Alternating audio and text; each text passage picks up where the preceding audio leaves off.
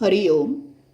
भगवद्गीताबोध योगदास श्री जयगणेश जोशी यांनी केलेले निरूपण. अध्याय 17.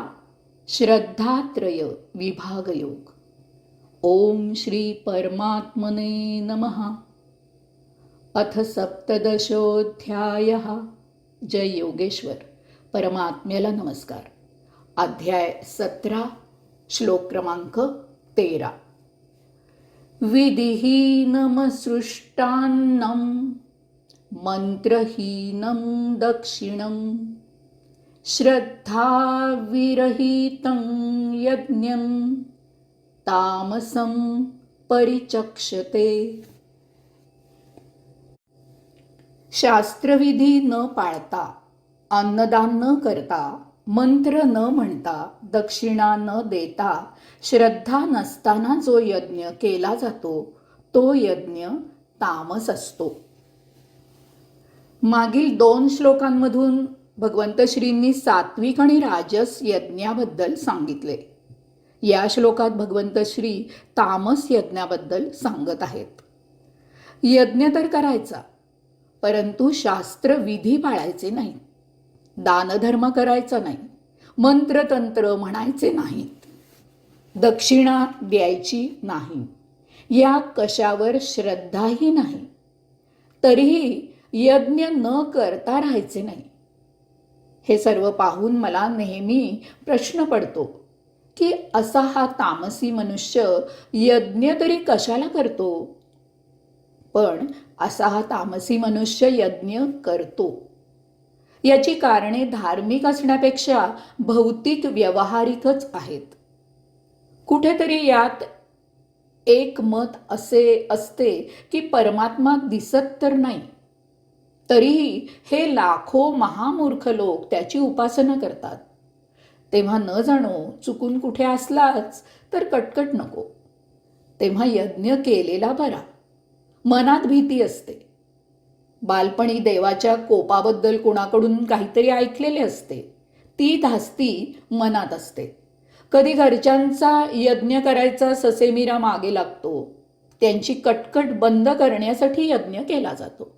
कधी सोपस्कार म्हणून यज्ञ केला जातो. उदाहरणार्थ, घरात मयत झाल्यावर पिंडदान वगैरे कार्यक्रम केले जातात. त्यानंतर रक्षा पवित्र नदीत सोडली जाते आणि मग श्राद्ध केले जाते. हे करताना अश्रद्धाळू कोणत्या भावनेने आणि मुद्रेने ते सोपस्कार पार पाडतात ते त्यांचे त्यांनाच माहीत. यापेक्षा अशांनी हे सोपस्कार अजिबात रद्द केलेले बरे. मी एकदा अशा मयताच्या विधीला स्मशानात उपस्थित होतो. ते विधी तो कुलदीपक अशा काही चेहऱ्याने करत होता की त्या मृतदेहालाही लवकरात लवकर कधी एकदा आपल्याला भट्टीत नेऊन घालतील असं झालं असावं. ते गुरुजीही महावस्थात होते. विधी सांगितल्यावर तो कुलदीपक त्याप्रमाणे क्रिया करत आहे की नाही याची ते अजिबात दखल घेत नव्हते. ते पटापट मंत्र म्हणून विधी सांगत होते. याबद्दल त्यांना छेडले असता ते विचारते झाले, मग मी काय करू?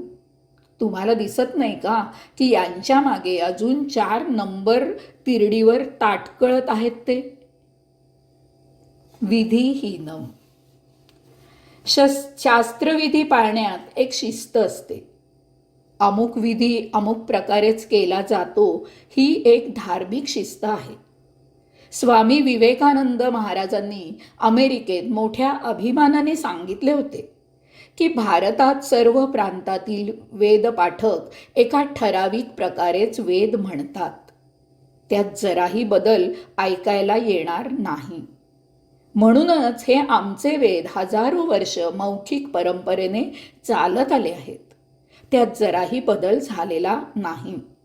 तेव्हा विधी करायचाच असेल तर शास्त्रात सांगितल्याप्रमाणे करावा.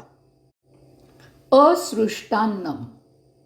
अन्नदान, संपत्तीदान, वस्त्रदान इत्यादी दानाला महत्त्व आहे. यज्ञ याचा अर्थच मुळी देणे असा आहे. आपण जे कमावले त्यात सर्वसामान्य समाजाचाही हिस्सा असतो. त्यांची सेवा करणे हे आपले कर्तव्य असते. समाजाच्या ऋणाची जाण आपल्याला आहे हे व्यक्त करायची यज्ञ ही एक छान संधी असते. व्यापारी इस्पितळाला देणगी देतात.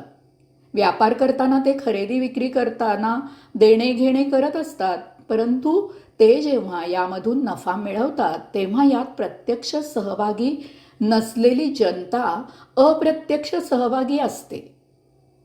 त्यांचे ऋण अशा सामाजिक संस्थांना देणगी देऊन फेडायचे असते. मंत्रहीनम. मंत्र उच्चारताच एक पवित्र, सोज्वळ, भावनिक वातावरण तयार होते. आपले मन त्या धार्मिक विधीतच एकचित्त होते. पाहिजे तर सिनेमातील एखादे शृंगार असलेले गाणे म्हणा आणि पहा कसे वाटते ते. लगेच ओंकार करा आणि पहा कसे वातावरण बदलते ते.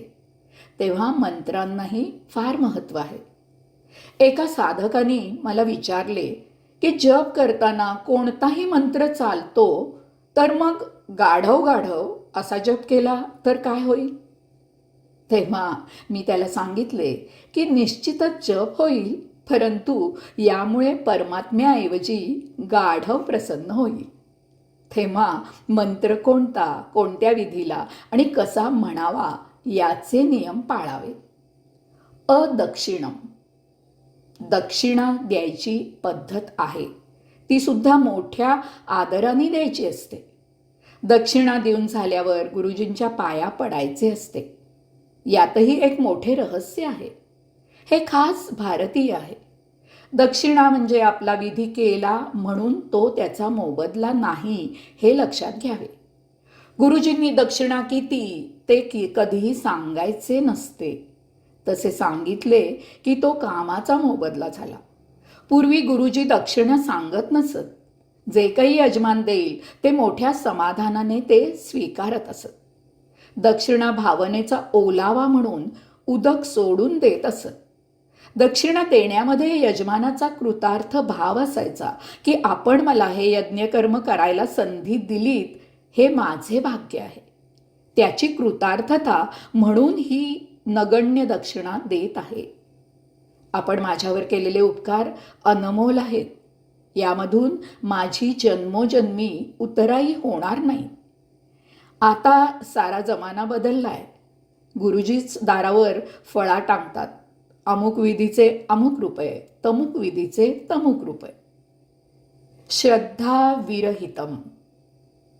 धार्मिक विधी श्रद्धा असेल तर आणि तरच करावेत, नाहीतर त्यापेक्षा ते करू नयेत. श्रद्धा असल्याशिवाय कधीही कोणतेही काम चांगले होत नाही. जगाचे व्यवहार श्रद्धेवर चालतात. प्रत्येक ठिकाणी श्रद्धा काम करत असते.